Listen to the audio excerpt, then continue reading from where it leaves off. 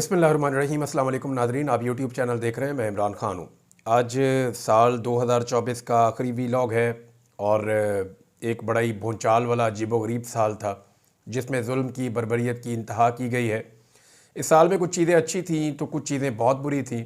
मिसाल के तौर पे जाते जाते 26 नवंबर को जिस तरह का कत्लेआम पाकिस्तान के शहरियों का इस्लामाबाद में किया गया, पाकिस्तान की तारीख़ में ऐसी चीज़ों की मिसाल नहीं मिलती। और ये कोई पहाड़ों में दूर दराज इलाकों में नहीं किया गया, ये वफाकी दारुल-हुकूमत इस्लामाबाद के अंदर पार्लियामेंट से 1 किलोमीटर का भी फासला नहीं है, जहाँ पे इंसानों का ये कत्लेआम हुआ और इंसानों का खून बहाया गया। ये एक बदकिस्मती है पाकिस्तान की। पाकिस्तान की तारीख़ का सबसे मुतनाज़ इलेक्शन हुआ 8 फरवरी 2024 को और लोगों का मैंडेट छीन लिया गया। यानी लोगों ने वोट डाले, सारे के सारे पाकिस्तानियों ने इमरान खान के हक़ में, और बहुत थोड़े से वोट पड़े थे बाकी पॉलिटिकल पार्टीज़ को। जिस पार्टी को 17-18 सीटें मिली थी उनका वज़ीर आज़म बना दिया गया, और जिस पार्टी को पूरे पाकिस्तान ने 2/3 अक्सरियत से ज़्यादा दिलवाई थी उस पार्टी को दीवार के साथ लगा दिया गया और फॉर्म 47 जाली जारी करके हुकूमत छीन ली गई। बहुत सारी चीज़ें हुई, जुल्म हुआ, बर्बरियत हुई, ख़वातीन को गिरफ़्तार किया गया। इस साल में एक मुतनाज़ आइनी तरमीम के लिए पीपल्स पार्टी जैसी जमात ने जमहूरियत की धज्जियाँ उड़ा दी।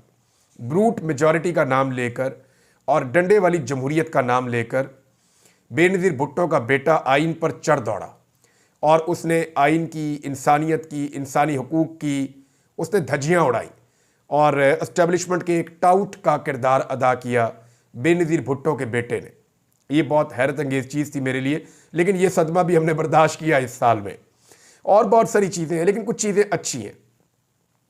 यानी एक तो ख़वातीन को भी अगवा किया गया, बच्चों को भी अगवा किया गया, लेकिन अच्छी बातें ये हैं, वो ये है कि पाकिस्तान की अवाम की आंखों का जो ऑपरेशन चल रहा था वो बड़ी कामयाबी से इस साल भी जारी रहा है।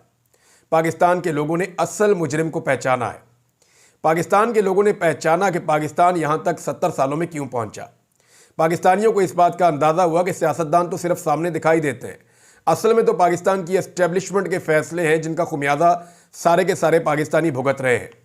तो इस नुक्ता नज़र से पाकिस्तान के लिए 2024 अच्छा साल था कि लोगों को हक़ाइक़ का पता चला। लेकिन अगर जुल्म, बर्बरियत और जबर के अतबार से आप देखें तो एक बदतरीन साल था। 2024 की कुछ चीज़ें मेरे पास हैं, मैं आपके साथ शेयर करूँगा, लेकिन जाते जाते भी इस साल में एक और बुरी खबर यह है कि खालिद खुर्शीद जो साबिक वज़ीर आला हैं गिलगित बल्तिस्तान के, उन्हें भी सज़ा सुना दी गई और उन्हें 34 साल की सज़ा सुनाई गई है। आप अंदाज़ा कीजिए कि इस शख्स के ऊपर निज़ाम को कितना गुस्सा होगा। वजह यह है कि खालिद खुर्शीद उन चंद लोगों में से एक है जिन्होंने निज़ाम के सामने सरेंडर करना तो बहुत दूर की बात है, थोड़ा सा कंप्रोमाइज़ करना भी बर्दाश्त नहीं किया। ये वो वाहिद आदमी है जो इस्लामाबाद आता था और एजेंसियां और इदारे मिलकर भी चाहते थे इसको गिरफ्तार नहीं कर सकते थे। इस शख्स ने डट कर इमरान खान साहब का साथ दिया, उनके मौक़िफ़ के साथ खड़ा हुआ और सज़ा के तौर पे इसको नाअहल करवाया गया। फिर इसकी हुकूमत गिरा दी गई। पाकिस्तान तहरीक इंसाफ दोबारा अपना वज़ीर आला मुंतखब करना चाहती थी तो वहाँ पर असम्बली बंद कर दी गई। उस वक्त इस शख्स ने जो तकरीर की उसके नतीजे में इसको आज 34 साल की सज़ा सुना दी गई है। और ये शख्स ये कहता है कि मैं दोबारा वही बात करूंगा। फिर वीडियो आई, वो वही बात कर रहा है। तो मेरा ये मानना है कि ये आदमी पहाड़ जैसा हौसला रखता है, बल्कि इमरान खान के साथ खड़े होने के लिए जितनी कुर्बानी इसने दी है और जिस बहादुरी के साथ ये खड़ा हुआ है, शायद सब लोग ऐसे खड़े नहीं हो सकते। इमरान खान साहब का स्टेटमेंट है, पहले वो मैं आपको बता देता हूँ क्योंकि ये फैसल चौधरी साहब के ज़रिए से बाहर आया। फैसल चौधरी साहब का ये कहना है कि इमरान खान साहब कह रहे हैं कि ISPR का मौक़िफ़ दुरुस्त नहीं है। TTP से मुज़ाकरात की हिकमत अमली जनरल बाजवा ने बनाई थी। इमरान खान साहब ने बहुत क्लियरली ये कह दिया। 6 वकील जाकर मिले इमरान खान साहब से जेल के अंदर, और इमरान खान साहब के खिलाफ मुकदमात की जो सीरीज़ चल रही है वो सारी चीज़ें फिर वहाँ डिस्कस होती रहती हैं। और ज़्यादातर जो मुकदमात इमरान खान साहब के हैं या इमरान खान साहब के कारकुनों के हैं या बाकी लीडर्स के हैं, उनकी कोई हकीकत नहीं है, कानूनी हकीकत नहीं है, सारे सियासी नौयत के मुकदमात हैं। 2024 में सियासी नौयत के मुकदमात बनाने की भी एक भरमार रही। मेरे लिए 2024 का 2 वाक़यात सबसे खौफनाक हैं ज़ाती तौर पे अगर मैं ये कहूँ तो। एक जिसकी मुझे हमेशा तकलीफ़ रहेगी कि मैं एहराम में जा रहा था हज करने के लिए, और उससे पहले इंटेलिजेंस के कुछ लोग मुझे मिले थे चंद दिन पहले, और उन्होंने मुझे यकीन दहानी करवाई थी कि आपको ये सिस्टम अब नहीं रोकेगा, आप अदालत से अगर परमिशन ले लेते हैं तो इमरान साहब अब आपको कोई नहीं रोकेगा। जो विक्टिमाइज करने की हमारी पॉलिसी थी वो बदल चुकी थी। ये मुझे दावा किया ऑफिसर्स ने, एजेंसियों के अफसरान ने, और वो मुझे कहते जी हम अचानक यहाँ पे आ गए। मैंने कहा यार अचानक तो आप कहीं पे भी नहीं आते। बोले आपने कहना क्या है? तो उन्होंने कहा जी आप जो है वो बेफिक्र हो जाएं, अभी पॉलिसी बदल रही है। मैंने कहा जी जब बदलेगी तो देखेंगे। बहरहाल उन्होंने मुझे ये कहा बातों बातों में कि आप हज पे जा रहे हैं। मैंने कहा जी बिल्कुल, मैंने अदालत से रुजू किया हुआ है। तो जी हम आपको पेशगी मुबारकबाद देते हैं कि आप हज पे जा रहे हैं और आप ज़रूर हज पे जाएंगे। मैंने कहा जी हज पे तो मैं चाहूँगा, मैं पूरी कोशिश करूँगा, लेकिन मुझे नहीं लगता कि आप लोग जो है वो इसके लिए राज़ी हैं या ज़हनी तौर पर आप तैयार हैं। तो उन्होंने कहा नहीं नहीं नहीं, हमारी पॉलिसी बदल गई, आप बेफिक्र रहे हैं सर, आप ज़रूर हज पे जाएंगे। मैंने कहा मैं तो पिछले साल भी नहीं जा सका। तो जिस तरह मेरे साथ वो सलूक किया गया, उसको 2024 के इस सलूक को मैं सारी ज़िंदगी नहीं भूलूंगा। पाकिस्तान की तारीख में कभी किसी के साथ 70 साल में ये नहीं हुआ जो इन्होंने घटिया और गंदी और बेहुदा हरकत की है, बेशरम। मुझे यकीन करें, अगर मुझे गालियाँ देने वाला मैं इंसान होता तो मैं गंदी गालियाँ नंगी देता, और मुझे पता है ये किसके ऑर्डर के ऊपर हुआ है, लेकिन अल्लाह रब्बुल इज़्ज़त देख रहा है। दूसरी चीज़ ये है कि मुझे ये लगता था कि चलो गिरफ्तार कर लेना, ये सारा कुछ कर लेना, इतना मार्जिन मैंने रखा हुआ था कि शायद रियासत एक लेवल से आगे नहीं लाएगी। लेकिन जब ये कत्लेआम हुआ नवंबर में, और जिस तरह के हालात मैंने सामना किया, यही वक्त आएगा मैं बताऊंगा कि मैं किस तरह अपनी जान मेरी बची है, और अल्लाह रब्बुल इज़्ज़त जान बचाने वाला है। मारने वाले से तो बहुत बड़ा है ना वो बचाने वाला। तो इस साल जिस तरह की सूरत हाल मैंने देखी कि कोई किसी की जान क्यों ले सकता है सिर्फ इसलिए कि उसका पॉइंट ऑफ व्यू अलग है, इस लेवल तक नफरत ये भी मैंने इस साल देखा। तो ये दो चीज़ें तो मैं कभी भूल नहीं सकता। बहरहाल बाकी खबरों की तरफ आ जाए। इमरान खान साहब ने मजीद क्या कहा। इमरान खान ने मुज़ाकरात में साने 9 मई और 26 नवंबर एहतजाज पर जुडिशल कमीशन बनाने का मुतालबा दोबारा दोहराया है। हमारे 21 कैदियों को जमानतें मिली हैं। फैसल चौधरी के मुताबिक इमरान खान ने कहा कि ISPR का मौक़िफ़ दुरुस्त नहीं है। तालिबान एस्टेब्लिशमेंट के मामले पर जनरल बाजवा ने हिकमत अमली दी थी। अफ़गानिस्तान का मसला मुज़ाकरात से हल होगा। बातचीत एक मौसर रास्ता है मामलात को हल करने के लिए, मगर यहाँ स्पेशल वफद काबुल भेजते हैं और दूसरी तरफ बमबारी कर देते हैं। फैसल चौधरी ने कहा कि मिलिट्री अदालतों से सज़ाएँ मुतनाज़े हैं। इन ट्रायल में इंसाफ होता नज़र नहीं आता। इन ट्रायल में शफाफियत का अंसर गायब होता है। पाकिस्तान के आइन की हिफाजत की जाए और ह्यूमन राइट्स का ख्याल रखा जाए। हम मुज़ाकरात में रियायत नहीं मांगते, हम इंसाफ मांगते हैं। हमारे लीडर की सियासी टारगेटिंग हो रही है। हम हुकूमत की संजीदगी देखने के लिए 31 जनवरी तक की डेडलाइन दे रहे हैं। पूरा महीना पड़ा है, अभी तो आज आखिरी तारीख है दिसंबर की। कल से ये टाइम पीरियड शुरू हो जाएगा, 1 महीना और है, और 1 महीना बहुत होता है अगर नीयत हो मुज़ाकरात करने की। तो फिर इमरान खान साहब ने जो है वो पूरे अज़म के साथ इमरान खान साहब खड़े हैं, ये बताया उनके वकील ने। और ये साल एक मुश्किल तरीन साल था, लेकिन अगले साल के लिए इमरान खान साहब कह चुके हैं कि अगला साल कामयाबी का साल है और हकीकी आज़ादी का साल है और लोगों को उनके हकूक़ मिलेंगे। अलीमा खान साहबा ने भी इशारा दिया कि इमरान खान साहब बाहर आएंगे और वो विक्ट्री का साइन बनाने की बजाय शायद मुक्का लहराएंगे। इमरान खान साहब को जब गोलियां लगी थी तब भी उन्होंने मुक्का लहराया था। और इमरान खान के साथ जो जुल्म और जबर हुआ इसके बावजूद वो झुके नहीं, ये उनकी एक बहुत बड़ी कामयाबी है। अब पूरा निज़ाम इमरान खान साहब की मिन्नतें कर रहा है क्योंकि उनको छोड़ना मजबूरी बन चुकी है। और कितने मुकदमे दर्ज कर सकते हैं बताएं ना। 250 से ज़्यादा मुकदमे इमरान खान साहब के खिलाफ दर्ज हो चुके हैं। 95% से ज़्यादा मुकदमात में इमरान खान साहब अपने आप को निकाल चुके हैं। ये थोड़े से मुकदमात 2-4 रह गए हैं। इन मुकदमात में भी इमरान खान साहब ने आने वाले 1-2 महीनों में निकल जाना है, तो फिर और मुकदमात डाल दिए जाएंगे। कैसे डालेंगे और मुकदमात, उसको जस्टिफाई कैसे करेंगे? जो बाइडन के दौर में तो आपको जस्टिफाई करने की ज़रूरत नहीं थी क्योंकि जो बाइडन इंतज़ामिया सपोर्ट कर रही थी पाकिस्तानी एस्टेब्लिशमेंट को और हुकूमत को। लेकिन अब जब वो सपोर्ट हट गई है तो नए मुकदमा डाले नहीं जा सकते, पुरानों में जेल में रखा नहीं जा सकता, तो अल्टीमेटली इमरान खान ने बाहर आना है। अब बाहर लाने से पहले पूरे निज़ाम को जल्दी पड़ी हुई है कि कुछ भी करके इमरान खान के साथ कोई डील बना ली जाए। लेकिन इमरान खान साहब को जल्दी कोई नहीं है, ना वो डील करना चाहते हैं। जमायमा खान ने एक इंटरव्यू दिया है बैनुल अक़वामी मीडिया को, और उस इंटरव्यू में जमायमा खान ने कहा कि इमरान खान साहब के बच्चे परेशान हैं। देखें, वो उनके बच्चों की माँ तो है ना।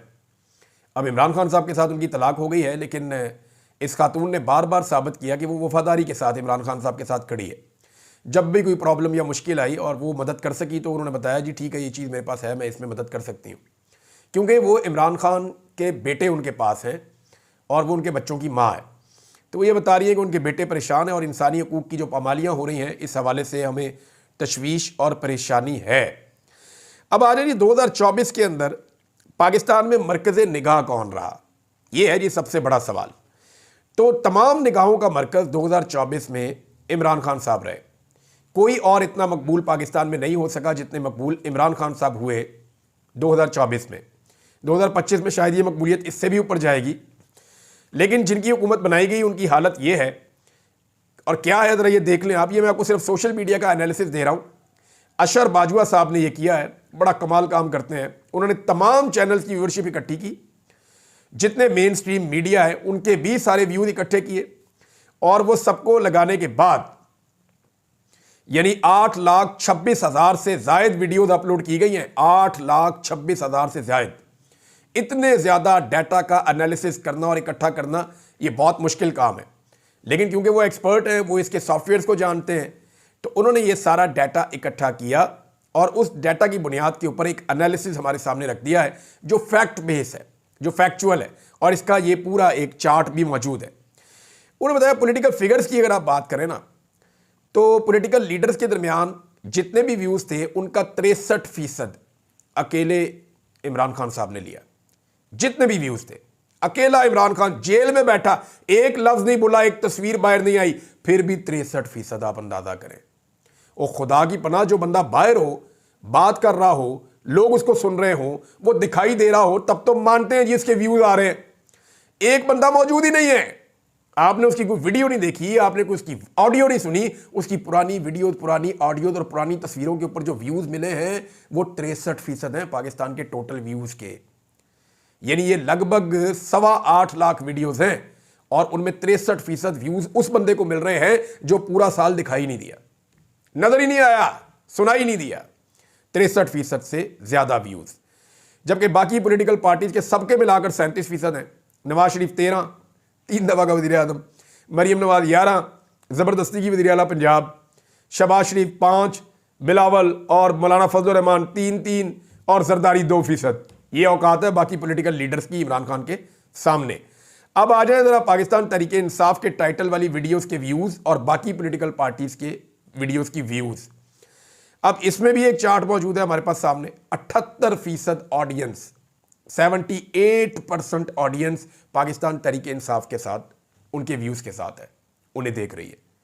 जबकि बाकी जो ऑडियंस है उसमें ये डाटा मेरे सामने है, मैं आपको पढ़ के सुना देता हूँ। नून लीग को जी 13% व्यूज़ मिले हैं टोटल मिलाकर, पीपल्स पार्टी को मिले हैं जी 5%, MQM को मिले हैं जी 2%, जमीयत उलमा इस्लाम फजल रहमान साहब को मिले हैं जी 1%, और तहरीक लब्बैक पाकिस्तान को मिले हैं जी 1%, और IPP को मिले हैं जी 0%। जमात इस्लामी जो जेल में बैठे हुए आदमी से उनके अमीर कह रहे हैं कि तुम गारंटी दो कि इसराइल को नहीं मानते, और जो हुक्मरान में बैठे हुए, हुकूमत में बैठे हुए, उनसे वो गारंटी नहीं मांग रहे, उनसे बात नहीं कर रहे, और जेल में बैठे हुए आदमी को टारगेट कर रहे हैं एस्टेब्लिशमेंट के कहने के ऊपर। आप अंदाजा कीजिए, बड़ी अफसोसनाक बात है।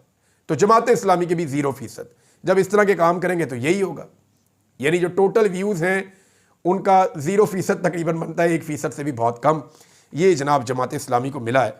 ये है जी इस वक्त इमरान खान साहब की मकबूलियत जब 2024 का आखिरी सूरज गरूब हुआ। एक और जनाब 2024 का कारनामा पाकिस्तान की जानिब से, पाकिस्तानी हुकूमत और इदारों की जानिब से, और वो कारनामा है इंटरनेट की बंदिश। और इसके ऊपर भी एक डाटा है, ये डाटा भी अब सर्कुलेट कर रहा है और ये फैक्चुअल बेस्ड है कि दुनिया में सबसे ज़्यादा इंटरनेट किस मुल्क ने बंद किया। तो जनाब पाकिस्तान इस रेस में दूसरे नंबर पे आया। थोड़ी सी और मेहनत करते ना, चंद घंटों के फ़र्क से पाकिस्तान पहले नंबर पे आ जाता। थोड़ी सी और कोशिश करते और इंटरनेट को मज़ीद बंद करते तो पाकिस्तान पहले नंबर पे आ सकता था, क्योंकि थोड़े से फ़र्क के साथ म्यांमार एक मुल्क है जिसको आप बर्मा के नाम से जानते हैं, पुराना नाम बर्मा है, नया नाम म्यांमार है। यहाँ पे इस वक्त फौजी हुकूमत है, डिक्टेटरशिप है। वहाँ पे जो इंटरनेट की बंदिश है वो पाकिस्तान से थोड़े से नंबरों से जीत गए हैं। पाकिस्तान दूसरे नंबर पे आ गया है पूरी दुनिया में। ये कारनामा भी पाकिस्तान की इस हुकूमत ने, एस्टेब्लिशमेंट ने और मौजूदा रजीम ने किया है। इंटरनेट शटडाउन के दौरानिए के लिहाज से दुनिया भर में दूसरे नंबर पे 2024 में पाकिस्तान, और बर्मा या म्यांमार जो है वो पहले नंबर पे है। वहाँ के सियासी रहनुमाओं और मीडिया पर सख्त पाबंदियाँ हैं, लोगों को जेलों में डाला गया है वहाँ पे, तो वो हमसे आगे जा रहा है, दुनिया में दूसरे नंबर पे हम हैं। इंटरनेट शटडाउन में पाकिस्तान ने 1861 घंटे तक इंटरनेट को बंद रखा है पाकिस्तान में। और म्यांमार से बहुत थोड़ा सा फर्क है कि हम उससे बहुत थोड़ा सा पीछे हैं। डिजिटल मईशत को और अवामी राब्तों को बुरी तरह तबाह किया इस बंदिश ने। इसका जो बिजनेस और फ्रीलांसर्स को नुकसान हुआ है वो $351 मिलियन का नुकसान हुआ है। सऊदी अरब को हमने जो अभी बेचा ना रेकोडेक का 15%, वो हमने लगभग 500 कुछ मिलियन का बेचा है। तो 351 मिलियन का नुकसान हमने यहाँ पे अपना मुंह काला किया इंटरनेट बंद कर करके। सारी दुनिया में अलग बदनामी हमारी हुई है।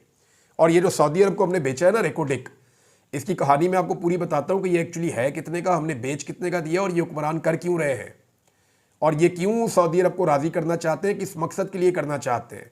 और ये कितने का सोना था जो हमने कितने में दे दिया। और इसके अंदर खाली सोना नहीं है, इसमें कॉपर भी है।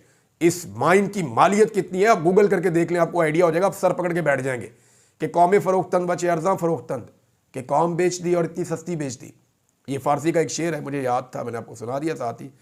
बहरहाल जनाब, सबसे बड़ा नुकसान है जो एशिया के ममालिक को हुआ, उनमें सबसे बड़े नुकसानात में से एक नुकसान ये है कि तकरीबन 83 मिलियन इंटरनेट सारिफीन जो हैं इन बंदिशों से मुतासिर हुए। इससे कारोबार मुतासिर हुआ, तालीमी सरगर्मियाँ मुतासिर हुई, ऑनलाइन सरगर्मियाँ जितनी भी हैं वो मुतासिर हुई, लोगों के राब्ते मुनक़ता हो गए। जो डिजिटल मईशत है वो डिजिटल दहशतगर्दी के नाम के ऊपर तबाह कर दी गई। यानी डिजिटल टेररिज्म की एक टर्मिनोलॉजी हमने सुनी ना, फिर मैंने देखा पाकिस्तान में जैसे इंटरनेट को बंद किया गया तो उसकी बुनियाद के ऊपर पाकिस्तान की जो डिजिटल मईशत है या डिजिटल इकॉनमी है उसको बुरी तरह तबाह किया गया है। और इसके बाद जो पाकिस्तान के टैलेंट के साथ हुआ, जो पाकिस्तान से लोग पैसा लेकर पाकिस्तान से बाहर भागे, ये रीजंस होते हैं ना। आप लोगों को माहौल देते हैं तो लोग यहाँ पे रहकर काम करते हैं। एक और जो जाते जाते भंड किया, जो जाते जाते बेड़ा गर्क किया पाकिस्तान की मईशत का, जिसका खुमियाजा हम अगले साल भुगतेंगे। और मैं आज आपको वार्न कर रहा हूँ और आपको बता रहा हूँ कि गंदम के हवाले से एक बड़ा बहरान हमारे सर पे खड़ा है और इसकी निशानदेही जो है मुजम्मिल असलम साहब ने की है। और ये डाटा अवेलेबल है, आप जाकर इसको चेक कर सकते हैं। और इस पे जनाब जंग ग्रुप, जो बहुत फेवरेट ग्रुप है हुकूमत का, उसने भी इसके ऊपर रिपोर्टिंग कर दी है। पाकिस्तान में जो हमें गंदम चाहिए थी, पंजाब में उसका हदफ रखा गया था कि कम से कम 16.5 मिलियन एकड़ के ऊपर गंदम लगे तो हमारी ज़रूरियात पूरी होती हैं। 16.5 मिलियन एकड़, यानी कम से कम जो है वो 16.5 मिलियन एकड़ के ऊपर गंदम लगनी चाहिए। लेकिन जो अभी डाटा आया और जो चेक हुआ वो ये कह रहा है कि सिर्फ 12 मिलियन एकड़ पर ही गंदम काश्त की जा सकी है, यानी 25% गंदम कम काश्त हुई है टारगेट से। इसकी वजह क्या है? मरीम नवाज ने किसानों को रोल के रख दिया। पहले उनको कहा गंदम इस कीमत पे खरीदेंगे, वो कीमत इंतहाई कम रखी, किसान खसारे में जा रहा था। फिर उस कम कीमत के ऊपर भी गंदम खरीदने से इनकार कर दिया, जिसकी वजह से किसान की कमर टूट गई। वो अपनी गंदम बेचने के लिए बेचारा मजबूर हो गया। आड़तियों ने ओने पोने उससे गंदम खरीदी, मिडल मैन ने बेशुमार पैसा बनाया और किसान कंगला हो गया। अब किसान अपनी ज़रूरत से ज़्यादा गंदम लगा नहीं रहा।